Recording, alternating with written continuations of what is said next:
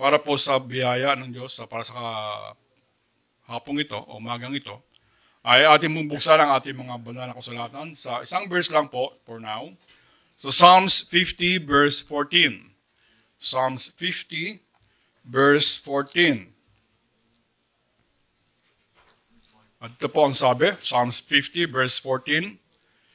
Offer unto God thanksgiving and pay thy vows unto the Most High. So, hindi lahat ng Baptist ay pare-pareho ang doktrina. That is why meron tayong lesson ito. No? Hindi porket sa isang simbahan ay may nakalagay Baptist, ay masasabi natin na kasama tayo sa grupo na yun o tama ang doktrina nila. Sapagkat lalo na sa panahong ito, no, marami ang mga nagsasabi. Even in Riyadh, ang ganda ng turo ninyo mga Baptist eh. No? Kaya minsan nilalagyan din nila yung kanilang name ng Baptist. Pero pag later on, makikita mo, hindi na, iba na yung turo nila. Basta yung Baptist andun. Okay? Pero iba naman, tinatanggal na yung Baptist kasi sabi nila, huwag na tayo mag-claim ng Baptist kasi ang daming kaaway. Plus yung mga tao gusto nila, ang name na lang fellowship, mga ganon. Or congregation, mas madaming umaaten. Pero tayo po bilang mga Baptist ay naniniwala po tayo na ang ating itinuturo, ang ating mga doktrina ay nasa salita ng Diyos. At papanindigan po natin yan habang tayo ay andi dito. At sa darating ang panahon na kawalan na kami ni Pastor Nilo dahil sa kami ay mga bumabata. Ay yung mga younger men na tumakanta kanina, ay sila susunod sa atin. At ang ating panalangin namin of course, kaming mga dati nang andi dito pa, ay tutuloy ninyo yung doktrina na inyong napag-aralan. Lalo-lalo na po ngayon sa tungkol sa tithes. Kapag marami po ang na-offend pag pinag-usapan ng tithes. Napakadami po ang na-open talaga. Kaya ibang mga churches, huwag na tayo mag-tithes. Iba nila bigyan natin pangalan. No? At dadamihan naman nilang pangalan. Kaya every week, meron silang klase ng tithes giving. Number one, the first error po is, ito po, okay. Tithing is paying. Ang pagta-tithes po, ang pagbibigay ka po ay isang pagbabayad. Lalo na minsan, ang ibang mga tiwaling manggagawa, sinasabi nila, yan ay pagbabayad sa Diyos at sa akin. Kasi ako yung pastor ninyo eh, di ba? So, lahat ng tithes nyo, sa akin yan, babayad nyo sa akin yan. So, yan po ba ay tamang pag-aaral? Pero meron naman pong verse sa scripture na talaga naman sinabi po na pay. Okay? Let's open again our Bibles to Matthew chapter 23, verse 23. Matthew 23, verse 23. At ang kinakausap po niya dito ay mga scribes and Pharisees. Okay? So, siguro maupo yung isa sa mga ating panauhin para makakapagsunod sila sa pagbukas ng Bible natin. Sabi, Matthew 23:23, woe unto you, Pharisees and scribes and Pharisees, hypocrites, for you pay tithe and mint and anise and cumin, and have omitted the weightier matters of the law, judgment, mercy, and faith. This ought you to have done, and not to leave the other undone. See, sabi ko sa inyo, merong pay eh. Pay your tithes. O, dapat kayo magbayad. Yan ang sasabihin ng mga tiwaling pastor. At pag sinabi nun, ibig sabihin, kayong lahat, tayong lahat, may utang sa kanya. Kasi sabi, pay eh. Mga hindi nagtatites. O, di papaskit ko na pangalan nyo. Ito yung mga may utang sa pastor. Lahat ng pangalan, naku, siguro, nakakahiya naman yun. So, mali po yung pananaw na yun. Although sinabi po dito yung pay, ano po ba ibig sabihin ng pay dito? Okay? Tingnan muna po natin, mapapahaba ito. Ang situation na sinabi ito ng ating Panginoong Susulim ay dumating siya sa Jerusalem. At that time, sa last week niya, sa po ay nangaral sa buong Jerusalem. At parating na po yung kanyang kamatayan. Kaya sa po ay very boldly, talagang lahat sinusuwag niya. Wala na siyang kumbaga sa alam na niya yung oras eh. That is the time for him to be bold. At kaya sabi niya sa mga scribes, kayo mga hipokrito kayo. Kasi mas hina-highlight nila sa kanilang mga preaching palagi, tithes. Pero yung mga judgment, law, mercy, and faith, saka na yan. Basta mag-tithes lang kayo. Maraming ganyang churches ngayon. Okay? At meron tayong ibang kapatiran na galing sa ganung church na masyado silang offended kasi nga, lahat na lang ng preaching may tithes. Okay? Ngayon po, so, ano ba po ba? Let's read again. Okay. Kung titingnan po natin yung the last one week, ay talagang very active ang Panginoon sa preaching niya. Dahil sa dito, naglinis po ang ating Panginoong Jesus ng templo. The second time niya nilinis ang templo. Okay? Tapos, nung tinignan niya ang Jerusalem, siya ay umiyak. Okay? At piniliwanag din dito yung kanyang pag-alis, yung abomination of desolation, yung parable of 10 virgins, at saka yung talents, at marami pa pong iba. Dahil po, nung namatay po ang ating Panginoong Jesucristo, at siya nabuhay na muli, wala na po yung law. Wala na po yung ceremonial law. Okay?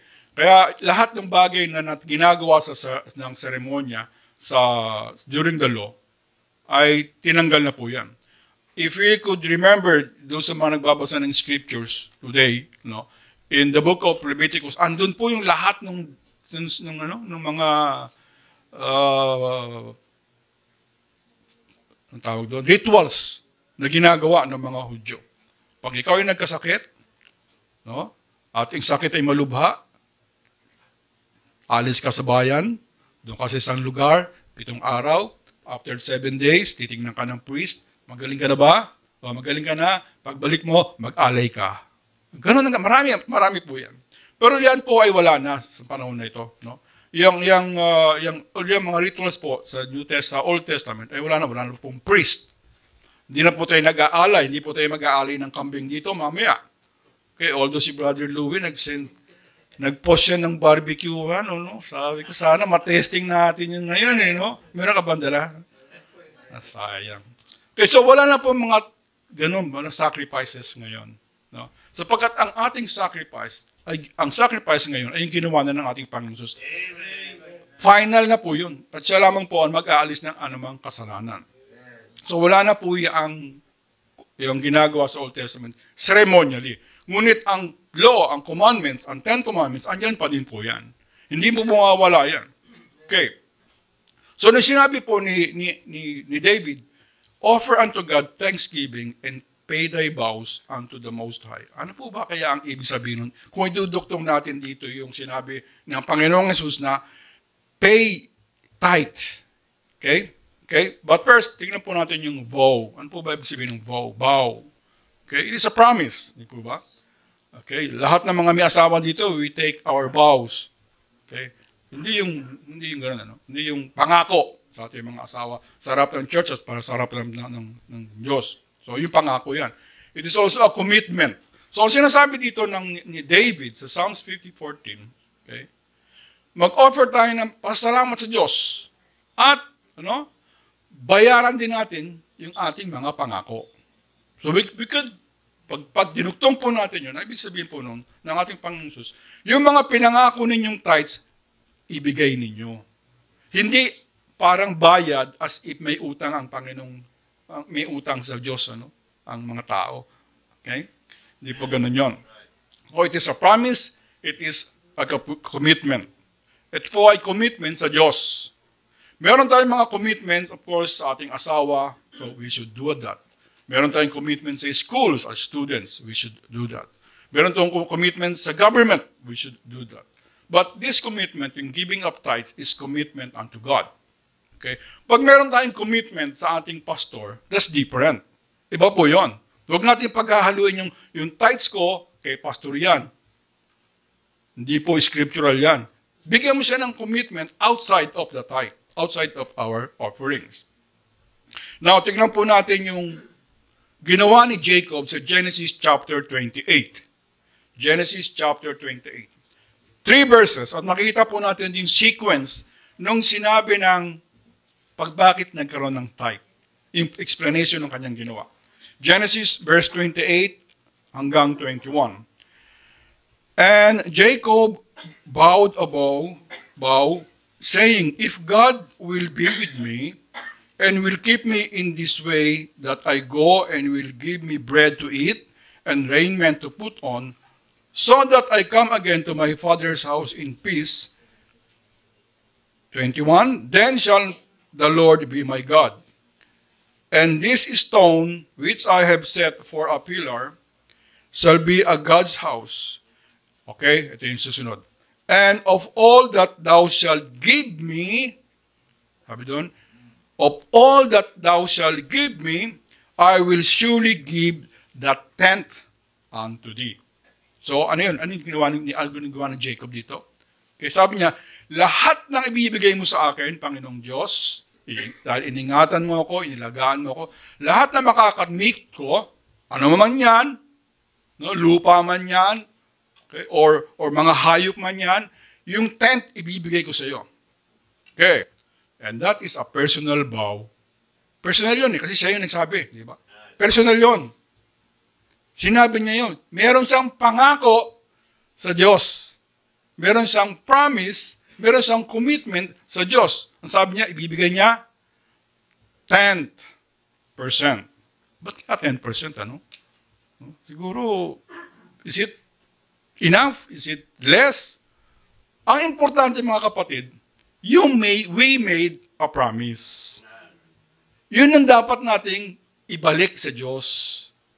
Pag nangako po tayo ng anumang bagay sa Panginoong Diyos, tuparin po natin yan. Tulad ng sabi ni David. Okay? Pay thy vows unto the Most High. Kasi bakit ka nangako sa Diyos? Panginoon, bigyan mo po ako ng trabaho at sure po na every Sunday po andyan ako. Bibigay ko po ang tens, hindi lang po 10% at iba pa.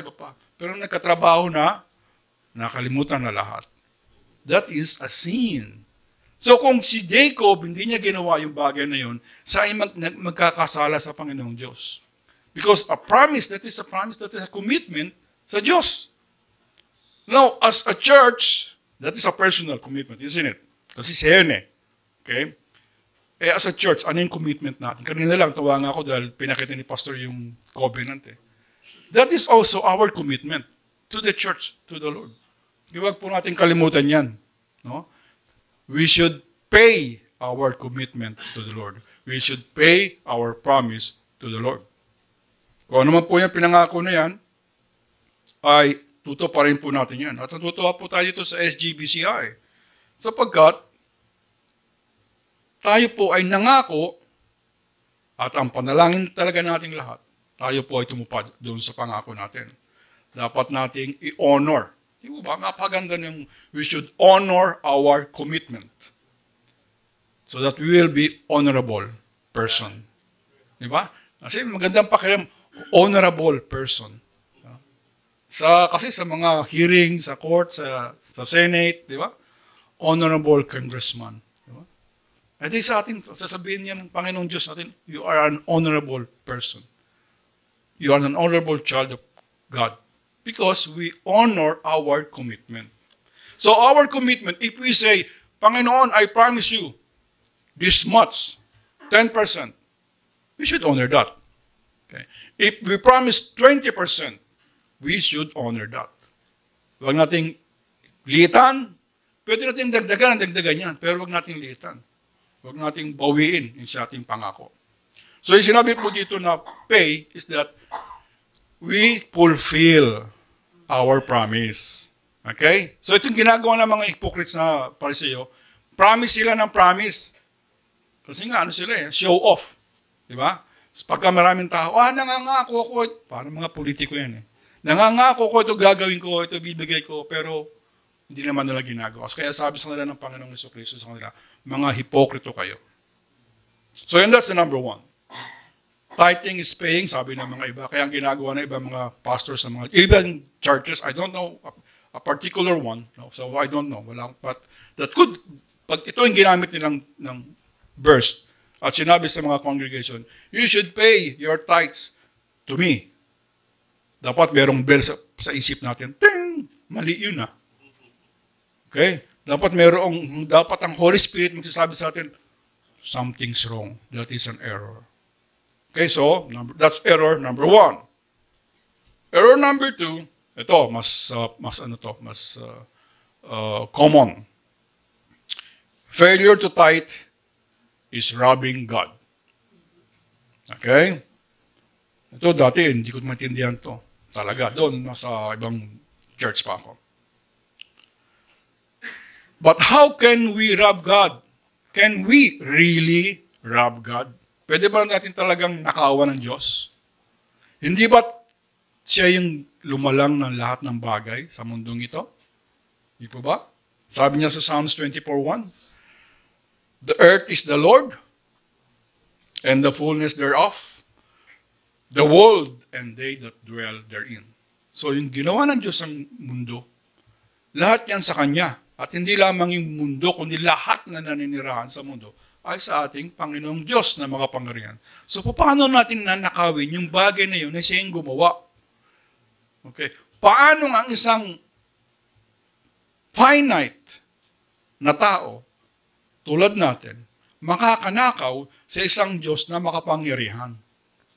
Hindi po pwede yun. So, ito po ay isang metaphor. Isang metaphor na sinabi ni Malakay na pagnanakaw sa Diyos. So, tingnan po natin muna. Kasi nga during the Old Testament, diba, maraming mga laws. No? At ang isa sa mga batas nila doon ay yung tithing. At ang tithing po, una, ay para sa tribe of Levites. Bakit? Sapagkat doon hinati-hati yung tribes, ang tribo ni Levites ay tinanggalan ng mana.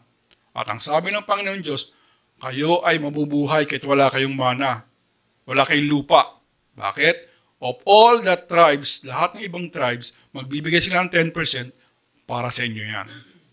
So sila, wala silang ari-arian, pero meron silang 10% from different tribes. At yung mga priest, kukuha naman another 10% from that 10% sa kanila. Okay. So yun yung isang tithe yun. Every 3 years, sila ay uuwi sa kanilang hometown, tapos magbibigay na naman sila ng tithes. Ito naman para sa mga mahihirap. Okay, kung ikaw ay taga-Jerusalem, uwi ka doon, you give your tithes, ito para sa mahihirap lang ito. Okay? And then, at marami pang mga klaseng pagkakaloob. Even yung mga 20 years old above, meron silang half shekel na tithes or iba tinatawag ng tax. No? So, paano ngayon natin masasabi yung robbing God with this? Okay? Una, yung 10% for the Levites, for the tribe of Levites, dahil wala silang ari-arian, which part, yung 10% doon, ibibigay sa mga priest. Yung another 10% tithe, after 3 years, no? Every 3 years, ibibigay sa mahihirap. So, if Israelites does not give their tithes, they are robbing whom? Yung mga Levites, yung mga priest, yung mga mahihirap. And if you rob Israel, you are robbing God. Because ang Israel, yan yung bayan ng Diyos yan eh. At anything na ginagawa, binibigay ng Diyos, tapos hindi mo naman ginagawa para sa bayang Israel yan, ikaw ay kasama, at pangako mo, you are robbing Israel. In fact, metaphor, na you are robbing God. Because you are robbing, inanakawan natin yung kanyang mahal na lupa. Pero directly robbing God, hindi natin magagawa yung kailanman. Okay? Sabi pa sa Malakay 3:9, ano? Okay? Kasi usually binabanggit lang yung 3:8. Malakay 3:9, sabi, you are cursed with the curse. You have robbed me, sabi, ito yung explanation. You have robbed me, tapos yung duktong, even this whole nation. So, andun. Diba? You have robbed me dahil sa nation na ito. So, the Israelites are not really robbing, ninanakawan ng Diyos, kundi ninanakawan nila yung kanilang bayan mismo. Because of their non-payment or non-giving of their obligations of tithes. So, tayo dito sa SGBCI, hindi tayo magpapataw ng penalty sa mga hindi magbibigay ng tithes. Hindi tayo magbibigay ng board dyan, non-tithers. Warning number 1. Hindi po tayo magagawa noon. Okay? Sapagkat yan po ay, sa bagong tipan, ang pagkakaloob ay kusang loob na. Out of the grace of heart na inimpress sa atin ng Panginoong Diyos. No? Kaya nga, if you are a giver sa Panginoong Diyos, sa ministry, 10% is not enough. Because the more you give to God, you start with the 10%. We start with the 10%. And then, ma-realize natin, graces and graces and graces are following. Sumusunod eh. No? Kasunod yun eh. Mostly spiritual graces. Kasunod ng dahil sa ating pagsunod sa Panginoong Diyos. So, hindi tayo magdidemanda. O, Brad Louie, gumawa ka na ng demand letter sa mga members na ito. Hindi gagawin ni Pastor. Pag ginawa ni Pastor yun, ay nako, magkakaana na tayo dito. Okay? Pag may gumawa ng ganun dito, at sabihin, ito, hindi nag-tights ito, ganyan. Meron pang kwenta no? O, ayaw talaga, demand letter muna. Bayan na attorney. Tapos, magdidemanda na. Hindi po tayo gagawa sa ganun. Okay? Wala pong ganun. Sapagkat hindi naman po natin talaga ninanakawan ng Diyos. At lalong-lalong na, kasi nga, ang tithes, hindi naman pa din para sa pastor lang. Okay? Hindi niya pag-aari po yan. At kung sakali man po mga kapatid, yung ating vow, yung ating pangako sa Panginoong Diyos, ay hindi po natin natutupad. Okay? It is between you and God. It is between me and God. No one in this congregation will check your bank account and say, magkano na binigay mo sa Panginoon? Parang kulang Mag-audit nga tayo dito, kapatid. Wala pong ganon dito, no? Hindi po tayo pupunta sa ganon. So, since tithing is an offense sa Israel, okay? Since talagang yung tithing nila, na pag hindi nila binigay, ay naging offense sa Israel yun, sa Diyos. Okay? Then, bahala ang Panginoong Diyos ng maggawa ng parusa sa bansang Israel. Okay? Kung hindi sila nagtatights, hindi nila binigay yung kanilang vows, yung kanilang pangako, hindi nila sinutupad, then bahala ang Diyos doon. At dahil ang tithing is not really robbing, so wala tayong demandahan dito. Wala tayong silipan. Kaya nga, wala tayong envelopes dyan na may mga pangalan eh. Di po ba? So when we give by your heart, unanimously, okay? Hindi kilala, okay? At basta magbigay lang tayo. Kaya wala din pong punishment sa lupang ito pag hindi ka nagbigay. Okay? Basta ang bahala ang Diyos sa ating pangako. Okay? But the church will not do anything to you. Matin ka ng matin, sige, huwag ka magbigay. Bahala ang Diyos sa'yo. Mas mahirap po yun, mga kapatid. Pag ang Diyos ang humawak sa atin dahil sa ating hindi pagsunod, sa ating pinangako, ipinangako natin yan sa Diyos. Then, mahabag ka sa sarili mo at sa pamilya mo, kapatid. Number 3, ito yung mga pastor na may personal sa mga hindi nagtatights. Kasi ito nga yung problema Kasi nga, una dapat, yung ating pagkakaloob, dapat yan, secret. Hindi dapat nakikita, wala dapat listahan ng mga nagbuka, bigay. Wala dapat ganun, walang ledger. Ito, binigay ni kapatid ng ganito, gano'n. Uy, bakit di siya nagbigay ngayon? Baka meron siyang ginagawang di maganda. So, walang ganun. No? Eh, nangyari nga kasi, ibang mga churches, masyado silang magaling sa ganung bagay. That is why nalalaman ngayon ng mga leaders, ng mga pastor, ay, si kapatid, hindi nagbigay, ano nangyari dyan? Tapos, dadalhin na sa pulpit. Ikaw kapatid, upo ka ng upo dyan, amin ka ng amin. Asan ang tithe mo? Wala pong ganun, mga kapatid. Hindi mo ba nalalaman na ako ay nahihirapan na sa aking buhay kapastor? Kailangan ko ng laptop, di ako makabili. Kailangan ko ng sapatos, di ako makabili. Dahil di ka nagbibigay ng tithes. Wala ganon. Well, ina-dramatize ko lang, mga kapatid. Ano? Amen. So, hindi dapat malaman ng pastor kung sino at magkano yung tithes. O kung sino-sino yung nagbibigay at kung magkano. No? So, magandang mangyari po, if ever na mayroong needs ang ating pastor or ang ating mga manggagawa, what is the best thing for us to do? Kasi wala naman silang, hindi naman nakikita kung sino mang bibigay, di ba? Wala tayong listahan. Okay? Sa 2 Corinthians 11:7, 18 to 19, sabi dito ni Apostle Pablo, sa 18 na lang po, I rob other churches taking wages of them to do you service. Sabi niya sa Corinto, yung mga taga-Macedonia, sila nagbibigay sa akin ng support, Macedonian church, pero andito ako sa inyo, Corinthian church. Sila yung nagbibigay sa akin ng support, pero kayo, hindi kayo nagbibigay ng support. Na dapat ako, andoon ako, ginagawa ko yung ministry, so sabi niya, I am robbing them. Okay? Kasi, andito ako sa inyo ng mga matitigas ng ulo. So, yung campaign about that is not personal. Hindi siya nagbanggit ng any name doon sa Corinthian church. Yung kapatid na yan, yung pamilya na yan, hindi nagbigay ng tithes. Kaya ngayon nangyayari, I am robbing the Macedonian church. Sapagkat doon sa Macedonian church, mayroong kapatid doon na nagbibigay ng malaki. Walang ganon. Kahit basahan natin dito, hindi niya binanggit ang any name o person na nagbibigay ng malaki doon sa Macedonian church. It is a church fund already.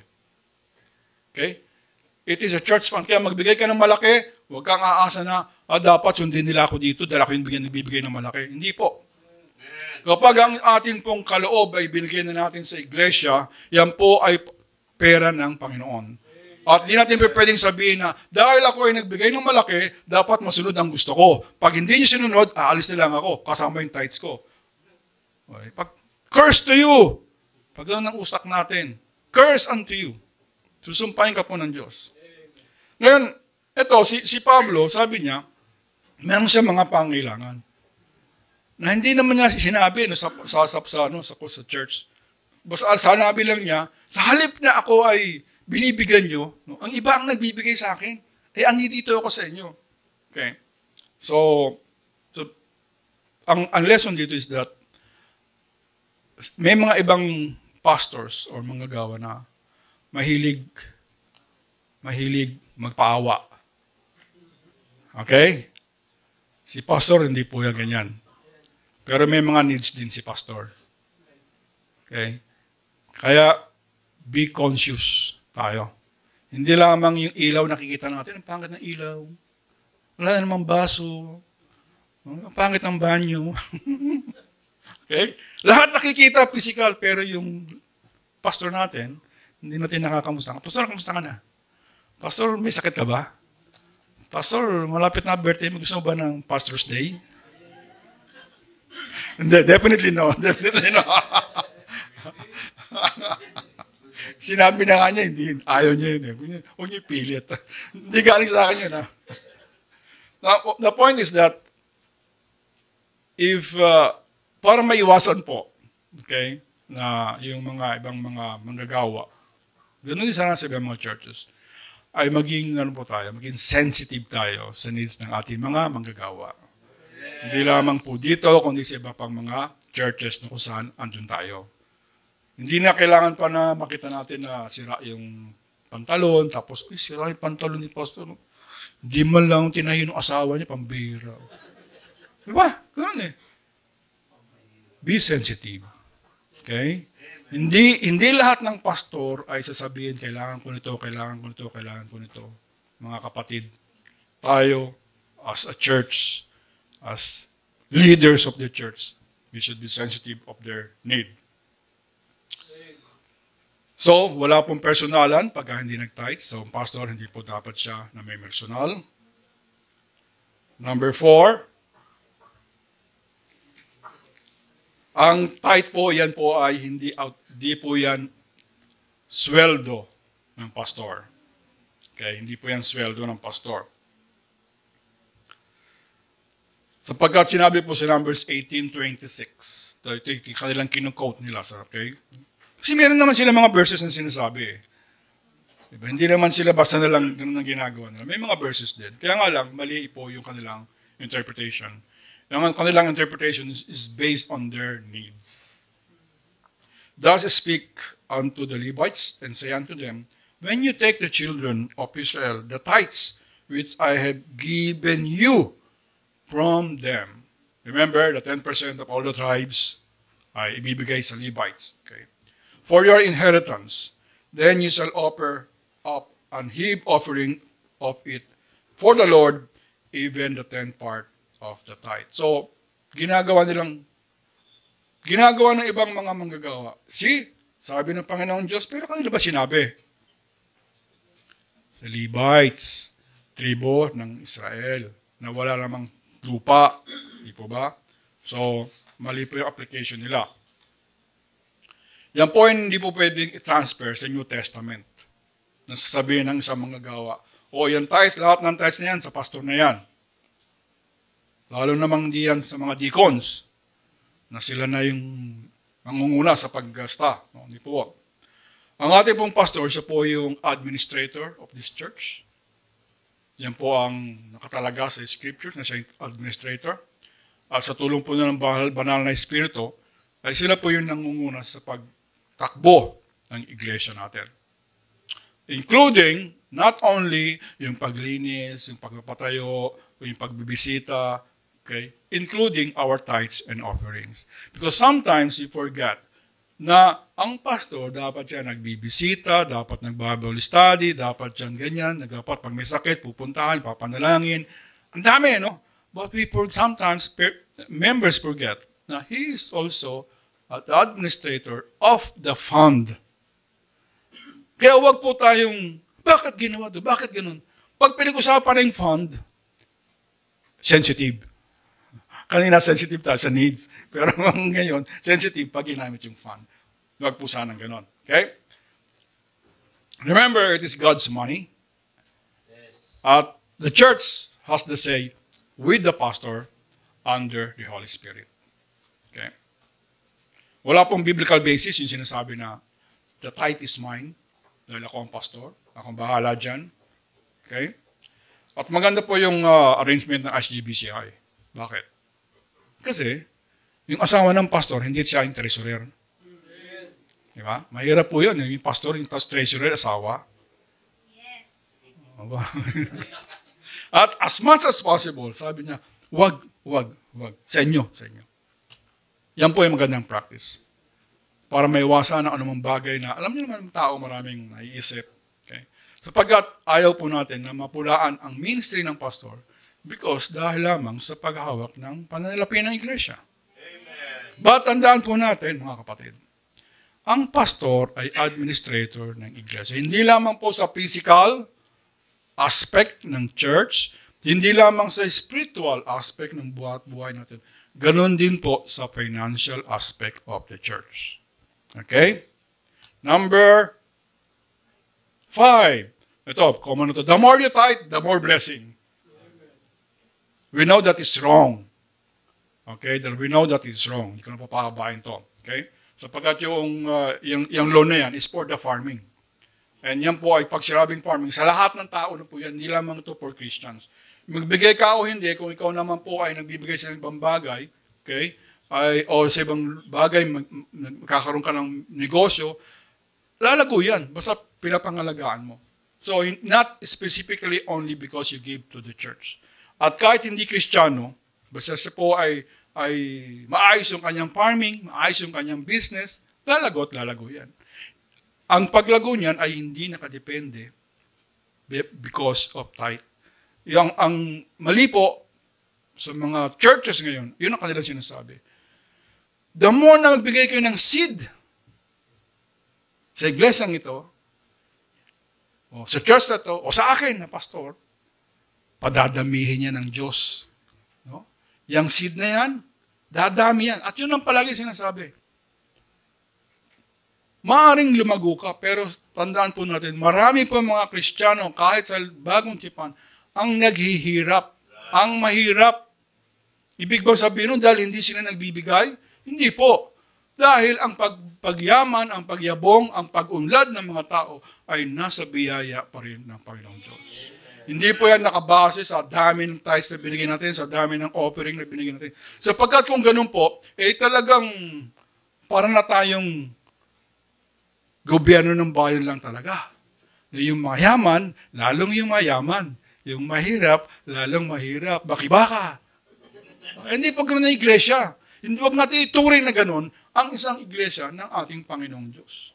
Ang ating pong pagyabong sa anumang bagay ay nakasalalay sa ating Panginoong Diyos. Kung tayo ay matuwid, kung tayo ay masunurin, kung tayo ay magalang, kung tayo ay ina-acknowledge natin ang ating mga pangako, bahalang, that's good, that's praiseworthy. Bahala ang Panginoong Diyos kung tayo ay pagpapalaan niya. Kung di niya tayo pinagpala, amen, praise God. Kung tayo ay pinagpala, amen, praise God. Ganun ang Kristiyano.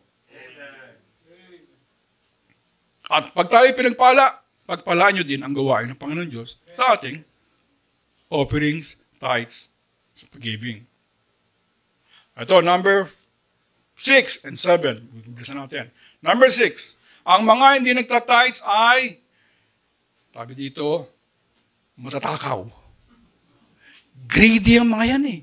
Sila lang ang gustong kumain ng masarap. At saka, worst pa, unsaved. Saan po tayo nakakita ng scripture? Any scripture na sinabi na kapag hindi ka nag-tithes, you are unsaved. Wala.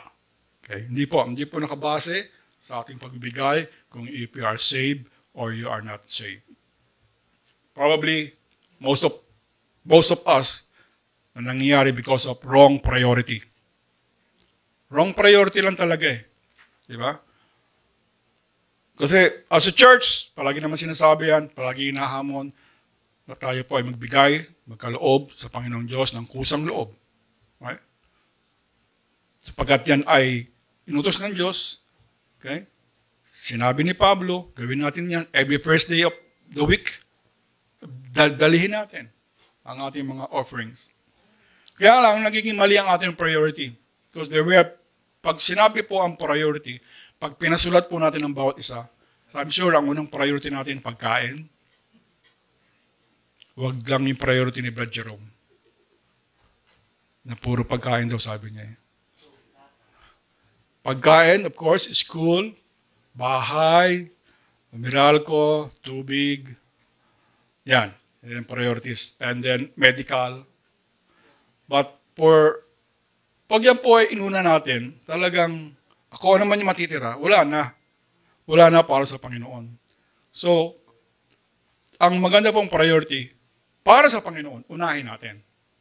Ibawas na agad natin yung ating ipinangako, yung ating commitment, ibawas na agad natin. Okay? And hindi naman po ito, hindi naman po ito sapilitan na dapat kong gawin ito. No? It's up to you. It's up to you yan. No? Hindi ka po pipilitin ng church na dapat ibigay mo yan. No? It's up to you. It's up nasa iyong pag-appreciate ng biyaya ng Diyos. Sapagkat every time tayo po ay magbibigay sa Panginoon Diyos, meron po yung kapalit na biyaya. It could not be material things, but the spiritual things are greater. Peace of mind. Comfort. Diba? Pag-iingat ng Panginoong Diyos.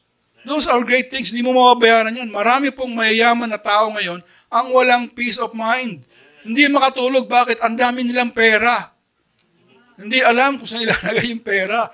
Ibigay niyo din sa church namin na makatayo na itong building. Okay? Okay naman ay talagang nagkaroon ng emergency. Pero hindi po natin sasabihin ng isang tao ay unsaved because he's not tithing. And number 7 is that there are, sa pagkaalam ni Pastor Nilo is that there are some churches na nagsasabi na We are not of the same faith kasi hindi kayo nagtuturo ng tithing. Worst, hindi po ba? Kasi yung tinuturo nyo, grace giving. Hindi kayo nagtuturo ng tithing. Hindi nyo pinupursige ang tithing. Kaya, ano tayo? Hiwalay tayo. Kasi mahahawa yung mga members namin. Hiwalay tayo. So mga kapatid, with the short time, gusto lang po natin maliwanagan tayo na not all Baptist groups ay lahat tama. Meron din po mga dapat nating suriin ang kanilang doctrine. Every time na tayo pupunta sa any churches, kung tayo mapalayo ng lugar, dapat po natin suriin ang kanilang mga doktrina. I want to close again sa Psalms 50:14. Sabi po, offer unto God thanksgiving and pay thy vows unto the Most High. Hindi po obliga sa verse po nito, God is not obliging us to make any promise. Okay? Sige na, mangako ka. Magkano bibigay mo? Walang ganon po. Ang sabi ni David, pay thy vows unto the God. Pero ano po? We are obligated to give, to pay our vows. Kung ano yung pinangako natin sa Panginoon Diyos, we should do it. Maybe some other persons, ano ba yung tithes? Ano ba yan? Bakit ba sila magta-tithes? Oh, these are dito po yung paraan kung paano ang isang church, ang isang iglesia ay nagkakaroon ng financial. Hindi po ang church, hindi po nagsosolicit outside. Hindi po pumupunta sa kalsada, kumakanta tapos maghahawak ng tabo at manghihingi o sa bus. Hindi po ganon. The church supports herself by the members' tithes and offerings. Ganon po yon. And if you are a Christian in any other church or here, you should support this church or other church. We should. At tandaan po natin, kung meron man na